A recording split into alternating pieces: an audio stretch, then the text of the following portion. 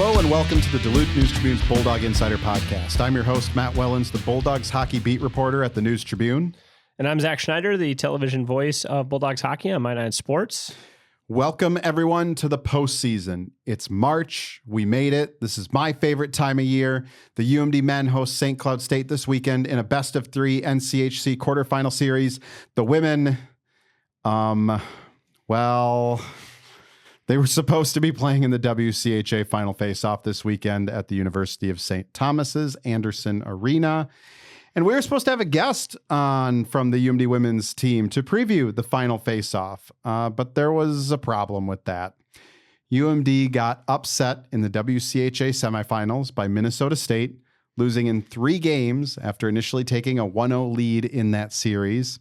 We're recording this on Tuesday afternoon. As of now, as we're recording this, UMD is still alive to make the NCAA tournament at number 10 in the NCAA percentage index. That's the formula that has replaced the pairwise, basically the same. However, tonight, Tuesday night, after we record this, Vermont, if Vermont beats Northeastern and Holy Cross beats UConn in Hockey East, UMD is done. Their season is over. So these are the scenarios that all knock UMD, that ends UMD's season right now. And they're complicated. Hopefully you got a chance to go to DuluthNewsTribune.com. I posted on Monday a women's hockey bracketology, basically laid out here are the teams you got to root against. And it starts with Vermont and Holy Cross. If either of them wins Hockey East, UMD is done. If Minnesota State wins the WCHA, UMD is done. If Cornell wins the ECAC title, the Bulldogs are done. Just one of these things needs to happen to knock UMD out of the NCAA tournament. If Mercyhurst beats Penn State on Saturday for the Atlantic hockey title, UMD's season is most likely done. There is and I'm calling this the .001 scenario in honor of the 2018 Bulldogs men who needed anything and everything to go right that Saturday night to get into the tournament. If Mercyhurst beats Penn State, this is according to USCHO, they ran the scenarios. If Mercyhurst beats Penn State for that Atlantic hockey title, UMD also needs Quinnipiac to win the ECAC. All these things need to happen. Northeastern to win Hockey East. USCHO says UConn can also win Hockey East. I have not been able to replicate that scenario in any pairwise predictors or NPI predictors, whatever you want to call them. Wisconsin also needs to beat Ohio State in the WCHA championship. And that league called the NUHA that we normally don't pay attention to, we don't have to pay attention to that league. Anyone but Stonehill needs to win that title. I'm not going to ask you to remember who the other... Zach, can you name another NUHA team? No? Okay. The other Franklin Pierce, Assumption, and St. Anselm. That sounds made up. And I could be making those up, and most of you may not even know if I am or not. Just remember Stonehill. Stonehill cannot win the NUHA title, so that's where it's at for the UMD women. They're in a really tough spot right now of sitting and waiting. Zach, on Sunday morning, do you think the Bulldogs' name will be called on the NCAA tournament selection show? You know, I walked into the studio 20 minutes ago and I told you no.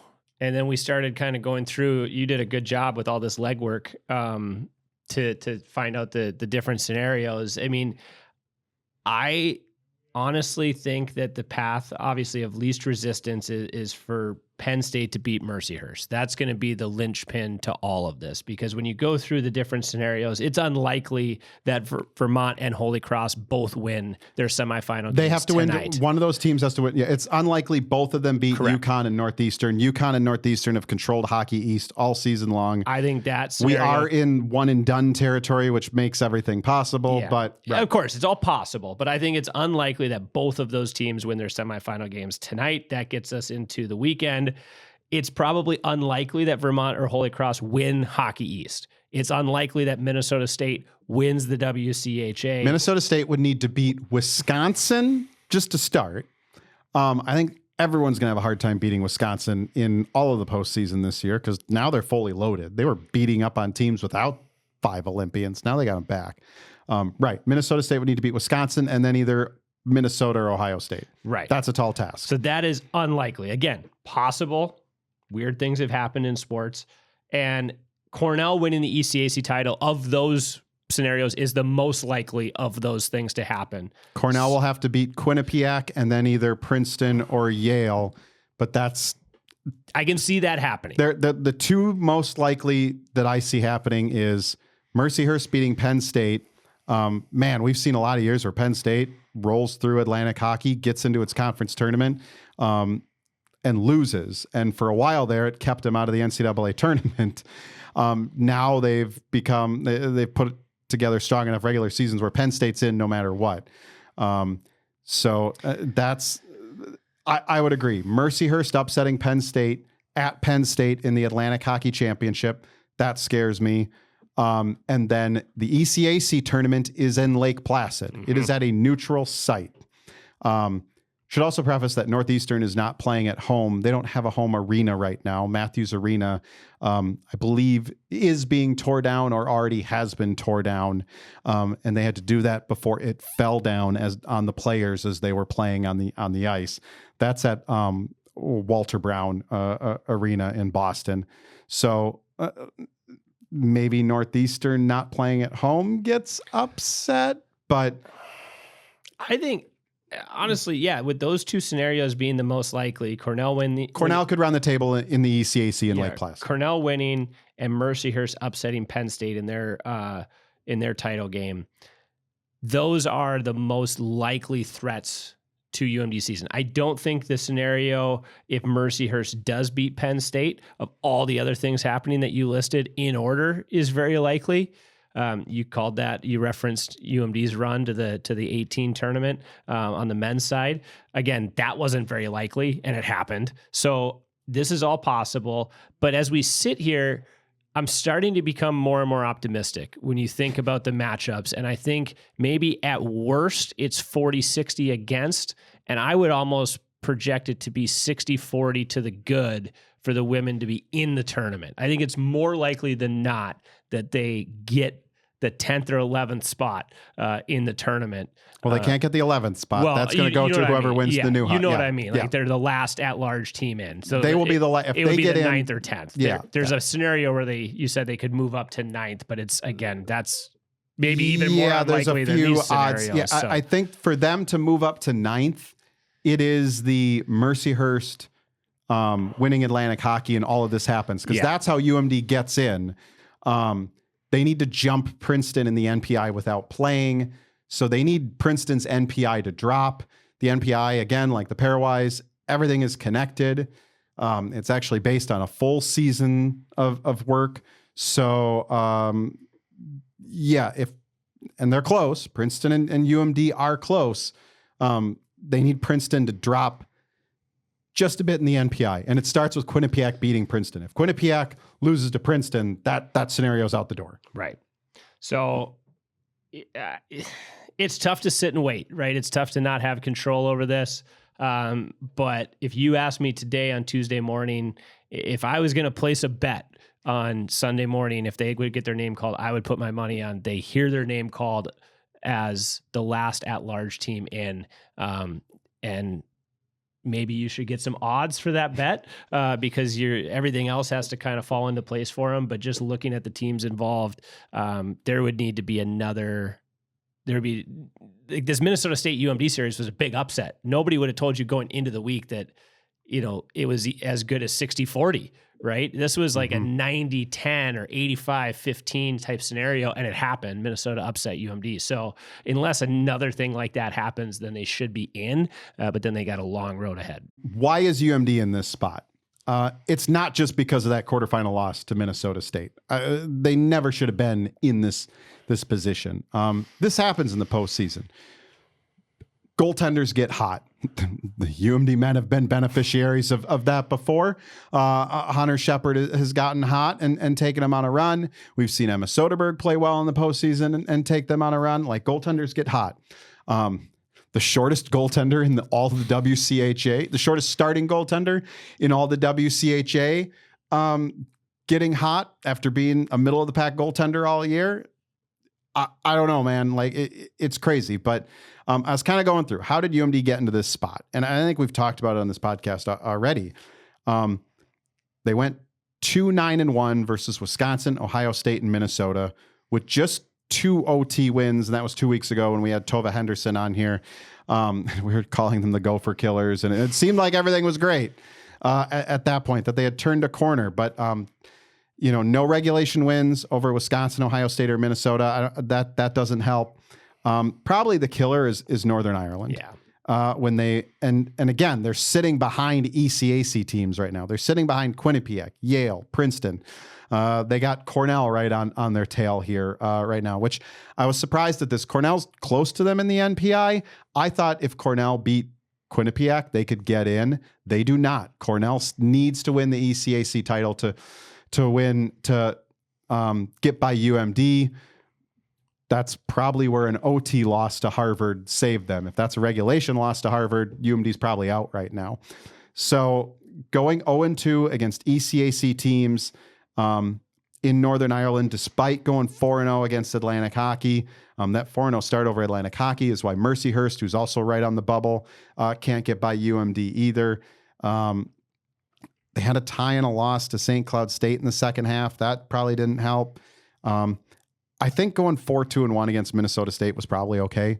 They won that regular season series pretty handedly. I think that's fine. Offensively, and that was the problem this weekend. Like we said, they were taking on a 5'4" goaltender and got 4 goals by her in 3 games.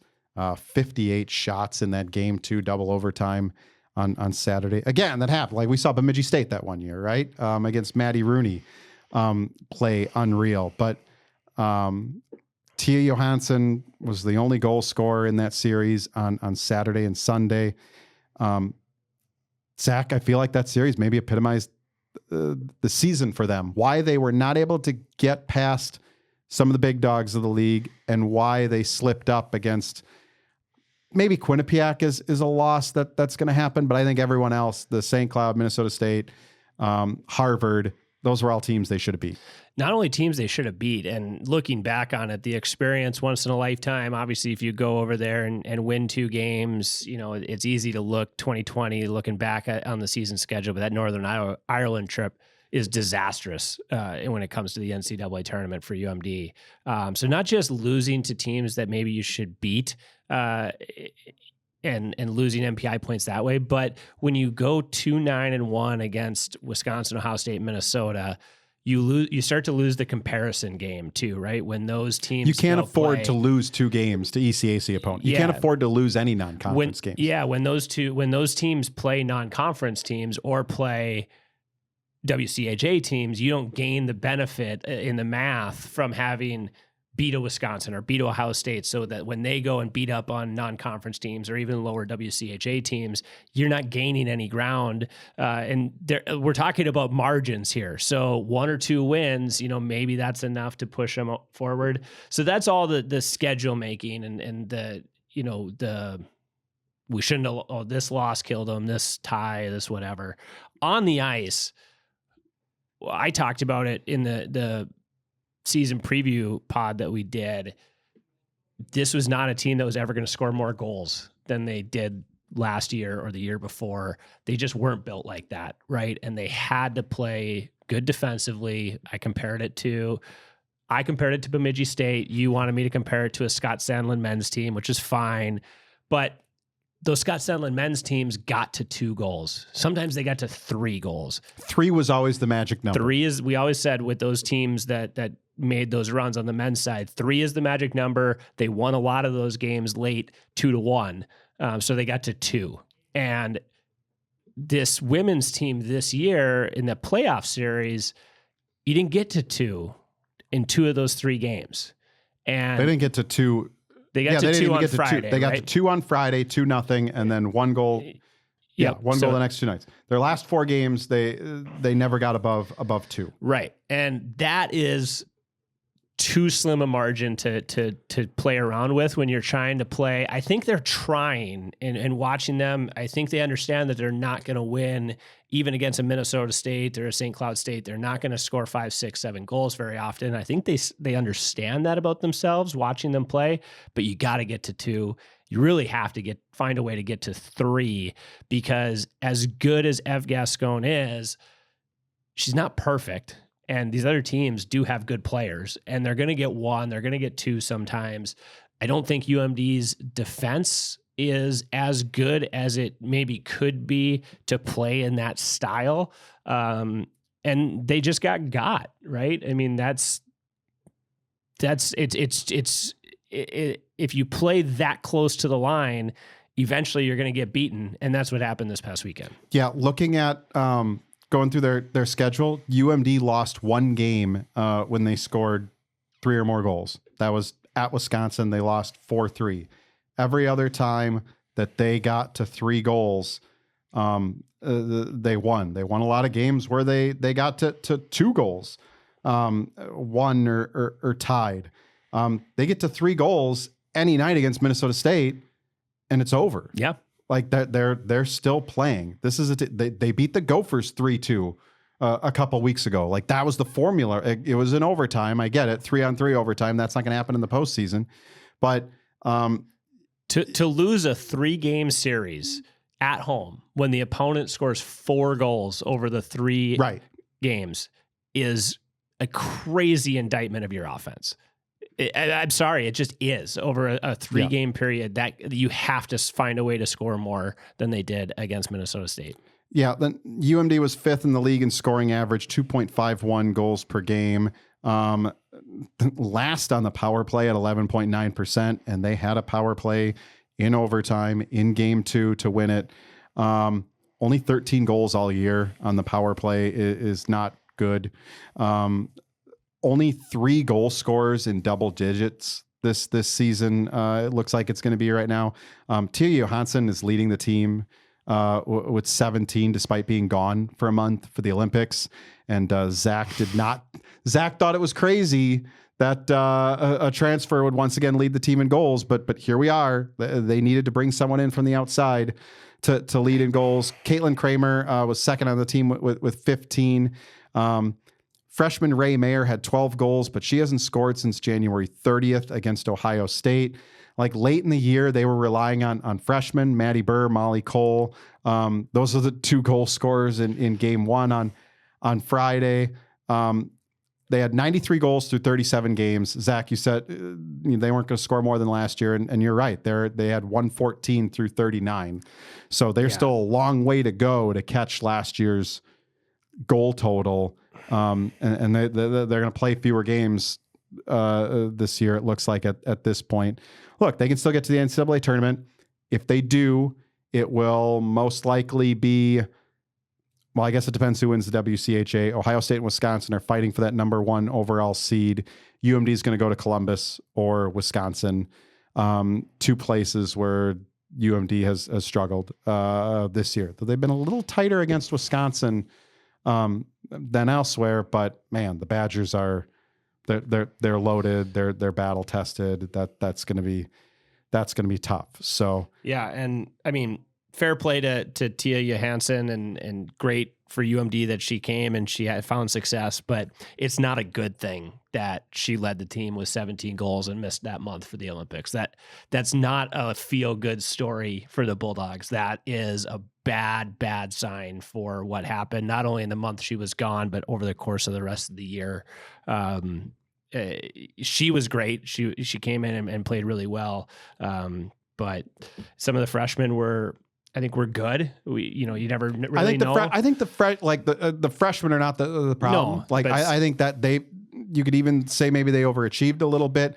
They needed more from Caitlin Kramer. I think on the goal scoring end, though, they needed some players around her to step up offensively. And they're just after Kramer and Johansson, There's just not much there in goal scoring. Yeah, right now. And you and I talked about it before we started recording. There'll be more to talk about after the season is officially over. Right now there's still a chance that this team plays more games, but there's certainly conversations to be had about what this means and what this looks like going forward, which we'll address later in the spring. But as it stands right now, you just sit back this week and hope you get another crack at it. And I don't view success in the NCAA tournament as, you necessarily have to win the thing. Obviously, that's the goal. If you get in, if you get a chip in a chair, you got a shot. But they certainly need to put a better foot forward to put maybe a better taste in your mouth going into the offseason if they get a chance to play again. Even if you lose, right? Even if you play a Quinnipiac in the opening round, it'd be great to win that game and get a shot at Wisconsin or Ohio State. But just a better performance, because that series against Minnesota State was not good on a lot of accounts and not necessarily indicative of how talented or good this team has been all year. It's just a very kind of solemn feeling when you just have to sit back and hope somebody else wins a hockey game so you can continue to play. Yeah. Hey, when Ev Gascon is your goaltender, a chip in a chair is all you need. But Ev can't score goals. And same as the I was hoping she had a shot actually on Friday, the empty net. I thought maybe she could have taken a run at it, but it was only a 2-goal lead. But Ev can't score goals. Yeah, and same as the men in 2018. That team was dead to rights. They were on the bus home from St. Paul thinking, what did we just do? We just ruined a really good thing that we had going into the tournament, and now we're going to be first team out. They got new life, and obviously they used it really, really well. But being around that team for that 3-week stretch, they were playing with house money. They just said, you know what? We were almost out of this thing. It was almost over. We're just going to go play. That team, I think, had more fun in that 3 weeks. And obviously winning's fun, but they were so relaxed and so just kind of like, okay, we just got to be us. And forget about everything else. If the women can find a way to do that, they can beat Wisconsin. They can beat Ohio State in a 1-game shot. So maybe they can do the same thing. And if they get a chance to be in the tournament, maybe, who knows? And so hopefully they get that chance and they can maybe right some of these wrongs. Yeah, UMD versus Wisconsin. They got the 3-4 loss, or 4-3 loss. The only time UMD scored 3 goals and lost a game. They had a 1-1 tie against Wisconsin as well. They also had a couple of lopsided shutouts, 4-0 and I believe a 5-0. 5-1 was the other one. Ohio State, they struggled against the Buckeyes this year. So we'll see what happens there. We're going to transition to the men. They are safely in the NCAA tournament. Also only at number 10 in the NPI like the women, but their tournament has 16 teams instead of 11, and we're not going to get Zach going on the rant of only 11 teams in the women's tournament. That might be another day we get into that. College Hockey News says UMD has a 99.8% chance of getting into the NCAA tournament. Based on 20,000 simulations it has run of all the remaining games. That includes scenarios where UMD runs the table and wins the NCHC. Let's start with the NCHC playoffs. These are a little interesting this year. It's entirely on campus now. You like that, Zach, or are you missing the or what is now Grand Casino Arena? No, I like it. I will miss it because I enjoyed being able to go watch. My work was done the past several years once we got to that stage of the season. So I was able to just go down to St. Paul a couple times, not every year, but a couple times, and just watch the semis and the championship. And so it was great for me to have it centrally located in St. Paul. But I think this is better for the league and better for the fans. The high seeds deserve it. I think it's going to be a great atmosphere for these playoff games. And so I'm excited to see what happens, but it's going to lead to me watching on TV a lot more than I have in years past because I can't get to Denver and Western Michigan and North Dakota very easily. So I'm looking forward to the time. I don't think it's going to be this year that UMD gets to host a semifinal or a championship game at Amsoil, because that'll be great. I just hope the fans come out. Like that's my biggest worry in this tournament. Quarterfinal rounds tend to be tough sells. That's spring break. They often land during UMD spring breaks for schools. Our semifinals. I think if a team hosts the championship, it's going to be full. Yeah, people will be excited to go to a championship game, but the semis are. I'm curious to see how that's all going to go for the league. Yeah, I think the two that are likely to host the semis, I mean, North Dakota will be fine. North Dakota will be fine. They always assuming they go sell through, out, right? And Denver, it's a bit of a smaller building. Denver's a tough market because it's the city of Denver. Yeah, there's a lot going on. A lot to do, a lot of other sports options. But the saving grace, I think, semifinals and championship round is that it's one game. It's a one game shot. It's not a series. I think that plays to the league's benefit, that the building should be pretty full, and you should get some really good matchups too, right? It should be, if the top seeds advance, we're going to get into it. It'll be UMD North Dakota and Western Denver if the top seeds all advance to the semifinal round. Those are two pretty dang good hockey games, and so I would want to go see it. I guess we'll know 2 weeks from now whether that bears out.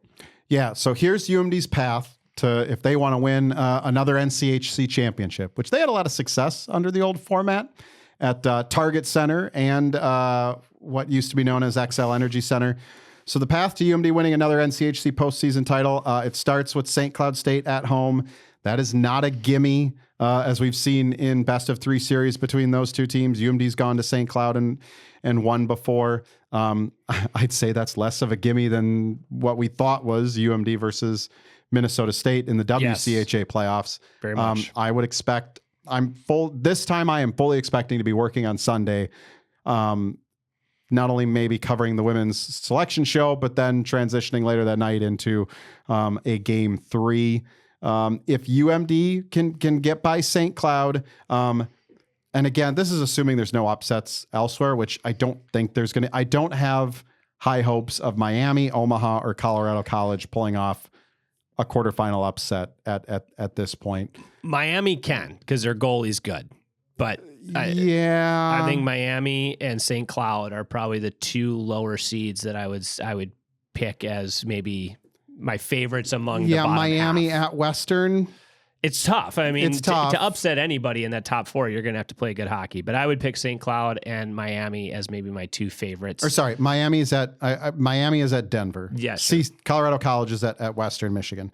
Miami at Denver. I think that's gonna be Denver's really good. Here. Denver is really good. They're cooking right now.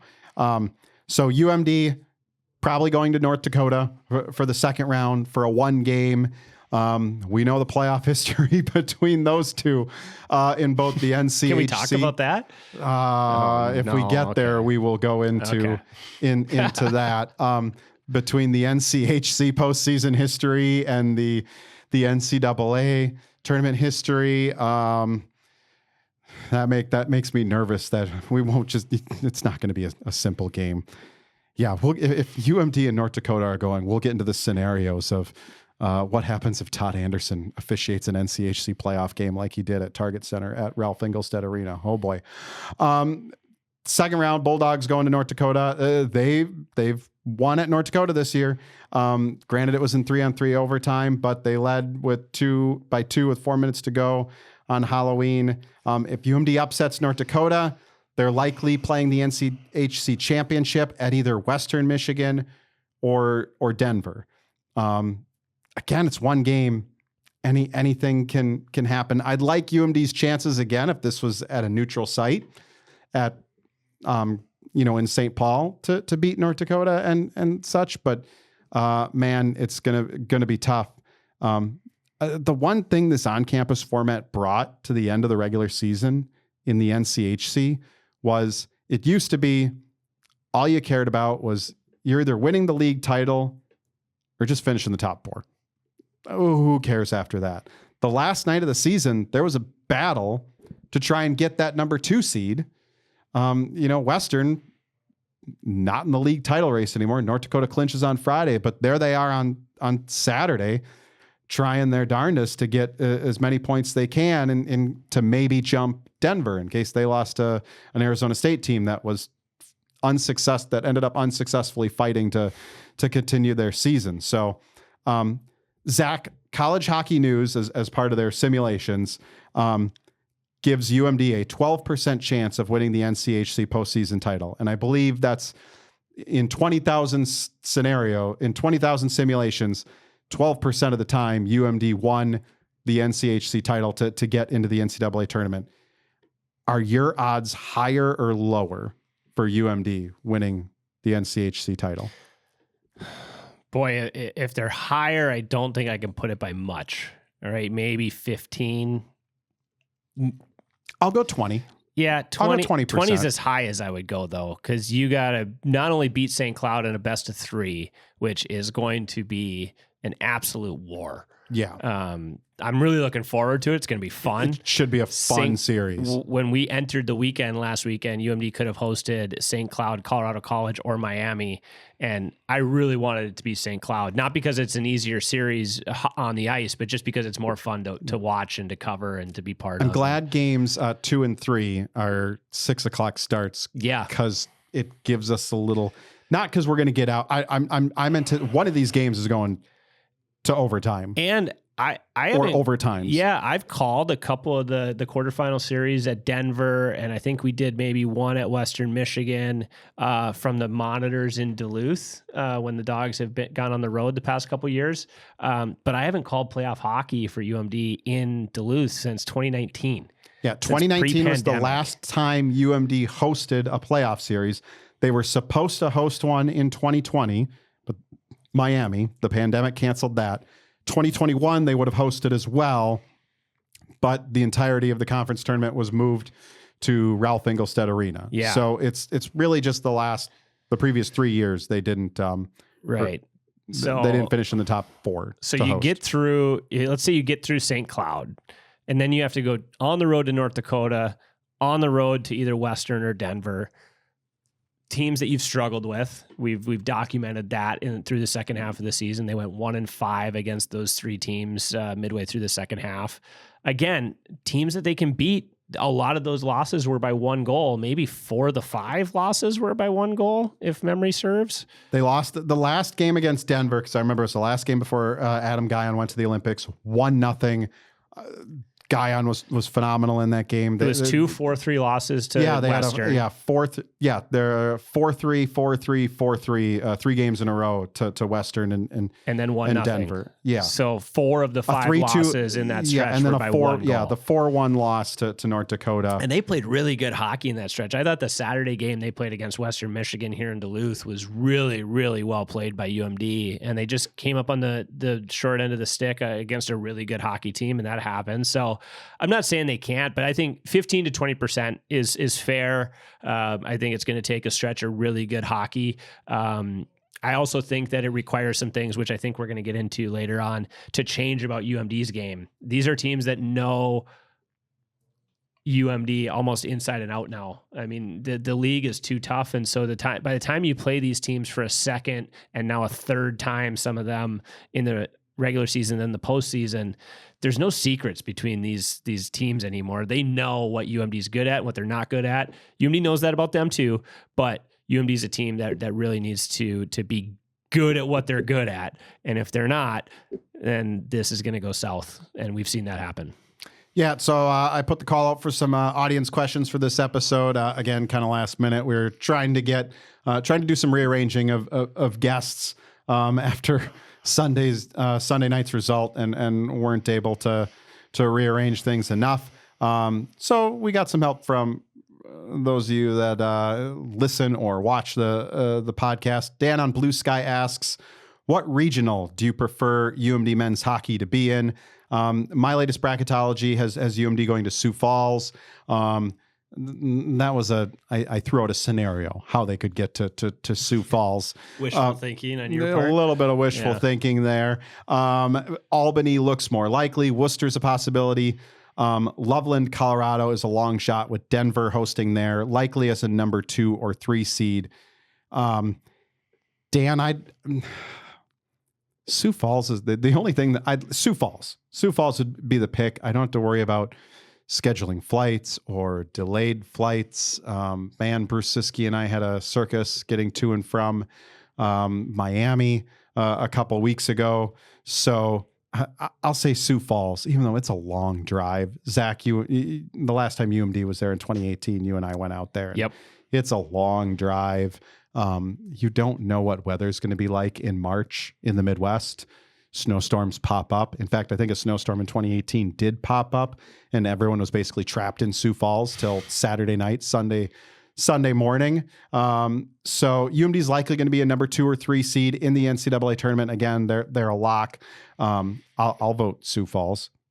I mean, if I was going, then of course you prefer them to be in Sioux Falls. I don't want to go to Albany or Worcester. I get to vote on this just from a hockey perspective, and it's probably the Albany regional for this to happen. I want them to be in the regional without another NCHC team. And that'll be Albany or Worcester, because right now Western's the number 1 seed. They're like the wild card. They're going to throw them with whatever regionals left over. North Dakota will be in Sioux Falls. Correct. I know.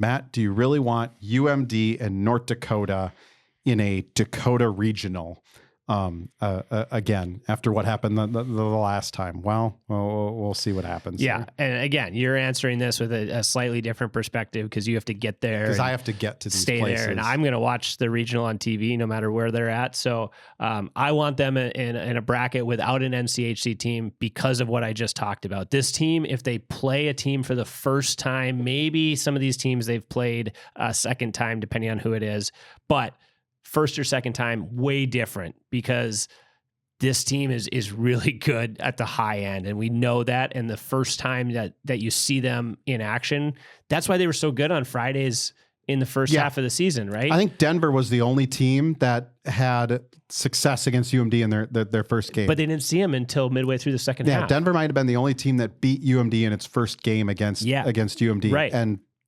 David Carl and that staff are smart. And they had plenty of time to prepare. And I might be oversimplifying this. I usually do, but I think there's something to that. I think the first period and a half, UMD, their top guys play such a unique style that it takes some time to get used to. And then once you get used to it, if you can figure it out, it's not easy, but teams learn what they have to do to maybe shut that down or at least make it more difficult. And so if I can see 3 teams that aren't as familiar with me in the NCAA tournament, that's my preference. I don't care where I have to go play them because I'm not going. All right. This is a good question here. Duluth Bulldogs Hockeytown USA on Twitter. Who's starting in goal this weekend? Again, Scott Sandelin said it. It's a good problem to have, right? Ethan Dahlmeier, who was locked in as the backup until all of a sudden Adam Guyon is going to the Olympics. 910 save percentage, 233 goals against average in his 8 games. I thought he was really good against the opponents when Guyon was gone. They split last weekend against Colorado College. I think they split this weekend for games 1 and 2. Think so. I think they'll split. Don't you? No. You don't think they go? I think they go. I think they do the same thing as last weekend. Dahlmeier in game 1, Guyon in game 2. I think they're going to go with Guyon. I think, and again, it's funny, we're recording this on Tuesday morning, as Matt said. So tomorrow we're going to get the chance to ask Scott about his goaltenders, and we're going to get the famous Scott Sandlin answer. You'll find out on Friday night. But we got to do our jobs and we got to ask. It's been a while since we got to ask him that question, so I'm looking forward to it. But no, either one could start, but I think they're going to go with Guyon on Friday. And if things go the way I expect them to, I think they win Friday, lose Saturday, and then win Sunday to advance. And I think Guyon plays all 3 of those games. I thought going into the CC series, there probably was a plan. Guyon didn't get back until Tuesday night from the Olympics. There probably was a plan to play both of them last weekend anyway, but I thought on Friday night going in, I go, if Ethan Dahlmeier plays well tonight, he might just never give the net back. And we've seen that happen with goaltenders with Scott before. If he plays well enough on Friday night and they win, what's the point of going back? Nothing against Adam Guyon, but if your team's rolling and this guy's playing well, don't mess with a good thing. They obviously lost and didn't 2 of the 4 goals were empty netters. Yeah, and nothing against Dahlmeier, but you lose. And so it was a tough weekend for both the UMD men and women to score goals last weekend at Amsoil. Yeah, and I don't think you pin that loss on Ethan Dahlmeier at all on Friday, but you lose that game, you go back to Guyon on Saturday, you get a late rally. I thought he made some really good saves when it was 1-0, 2-0 to keep that game within reach. The first shot was it was a tough one to save. B, that was I haven't seen a shot on goal in over a month. He might not have saved that one if he didn't leave for the Olympics. That was a really good shot. But I got to think it's Guyon. He's been the guy for most of the year. Dahlmeier in college has not played in a game on this stage. He has not played in the postseason because Miami didn't make the NCHC playoffs last year. So I think it's got to be Guyon on Friday, and if you win, you go back to him on Saturday. If you lose, then I guess you just have to see how the game goes. But I think it's Guyon on Friday. We'll answer this question if UMD gets there. If UMD plays North Dakota, Adam Guyon is 1-4 with an .850 save percentage. He's been pulled in 3 of the 5 starts. That's courtesy of Brad Schlossman prior to that series. That's kind of why I think Dahlmeier gets a start, because I think you want Dolly. That's the guy I think you might start against North Dakota, because Guyon has struggled against them. I don't know. In Brant Nicklin, Scott Sandlin trusts. That's who will make the call, not any of us, not any stats. Right, because if you do my scenario and you play Guyon and you advance through St. Cloud, you can't go back to Dolly against North Dakota if Guyon plays all 3. If you split them, then you probably have the option to take your pick against North Dakota. So maybe that's what they're thinking. But I come from the school of win the game that is in front of you, and I think Guyon slightly gives them a better chance to beat St. Cloud than Dahlmeier. But there's a lot of variables to that too. All right. Last question from John on Facebook. Going forward into this weekend and beyond, what's the one area that must elevate UMD to be dangerous in the NCAA tournament rather than just qualify? I think, Zach, you already hinted at it. That top line they got to drive everything. They need to score. Max Plant has I hate saying cooled down, not as hot as he was in the first half. He's cooled. So he has cooled down a bit in the second half. But I think Zam Plant has gotten better. I think Jason Shagabe has been pretty good. But they need that line to be as explosive as they were at the start of the season. I think that's the line that's going to carry them. Now, you need everyone else too. It can't just be the top line scoring a bunch of goals. But that top line's got to possess the puck. They got to score some goals. And then, you need that second line to possess the puck, maybe pitch in a goal here and there. Hopefully Hunter Anderson is coming back. I think that boosts the freshman line. I think I'm going to write about him this week if he's back. I think he adds a lot to the goal scoring element in there as well. I think it's that top line is going to take them as far as they can, as well as those guys play. That's how far UMD will go. Yeah, and it depends on how they play well, right? When this team's going, those guys are hunting pucks. They're not necessarily overly physical, but they're always in your pocket. They're lifting sticks. They're being, on pucks, annoying through the neutral zone. If those guys have to play a lot of defense and they're chasing pucks all night and they never can get to their offensive game, then it trickles down through the lineup. And let the other lines do what they do, right? The second line of Gaffney, Truman, and Arnott, when they've been together, have been pretty good beginning of the season. Then middle way through, they kind of split them up a little bit. Now they're back together. That line's been good. They're starting to score a little bit more. They kind of had a quiet period. They've been good on the power play. Yeah, through the middle part of the year, they were pretty quiet offensively on the stat sheet, but generate momentum, right? And then the third and fourth lines, don't make big mistakes, right? That's what the second and third D pairings are out there to do too. Don't make big mistakes. We don't need you to do anything spectacular, but you can't do anything critically dumb either.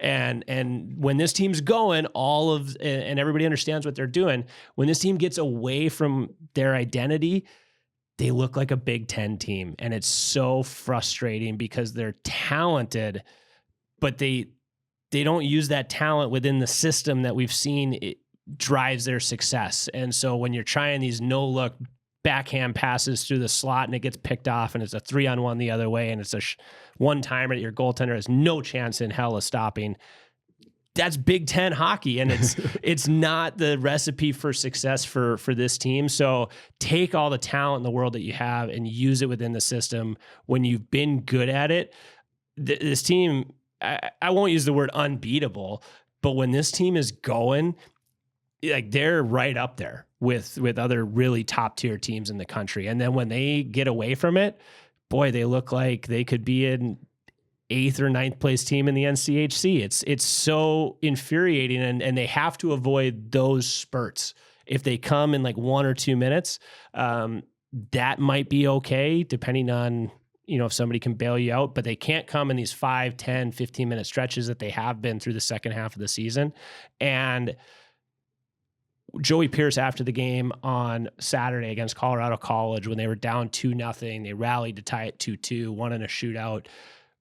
He said after the game, the bench was really calm, and the bench never really got away from its game.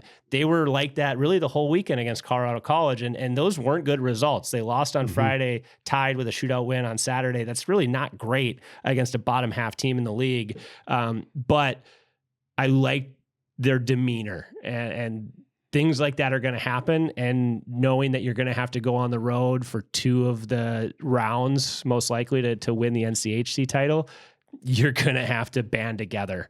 You're going to have to not let outside distractions really bother you. And so if they can do all those things, and we've seen them, they're capable of it, but I really just want them to tighten up, get a little bit more gritty, not feel like every play has to end up on the highlight reel, and just score some greasy, gritty goals, get the puck to the net more than they have been. Do all if they do all the details, they could be hard to beat. All right, we are going to wrap it up there. That's all the time we have this week on the Bulldog Insider podcast. You can find more episodes on Apple Podcasts, Spotify, YouTube, or wherever you get your podcasts. Like us, subscribe, and rate us. For more Bulldogs hockey coverage, visit DuluthNewsTribune.com/Bulldog Insider. Subscribe to gain access to all of our coverage all season long. Zach, NCHC playoff hockey, as you said, on TV this weekend. Yeah, I'm looking forward to it. Last games of our year, no matter what happens. So Friday night at 7, Saturday and Sunday, if necessary, are both at 6. So last games of our year. We hope that certainly UMD advances, and then we'll follow them along. But it's been another fun year, and we hope this weekend follows suit. Thanks, everyone, for watching. Thank you all for listening. We'll catch you next week.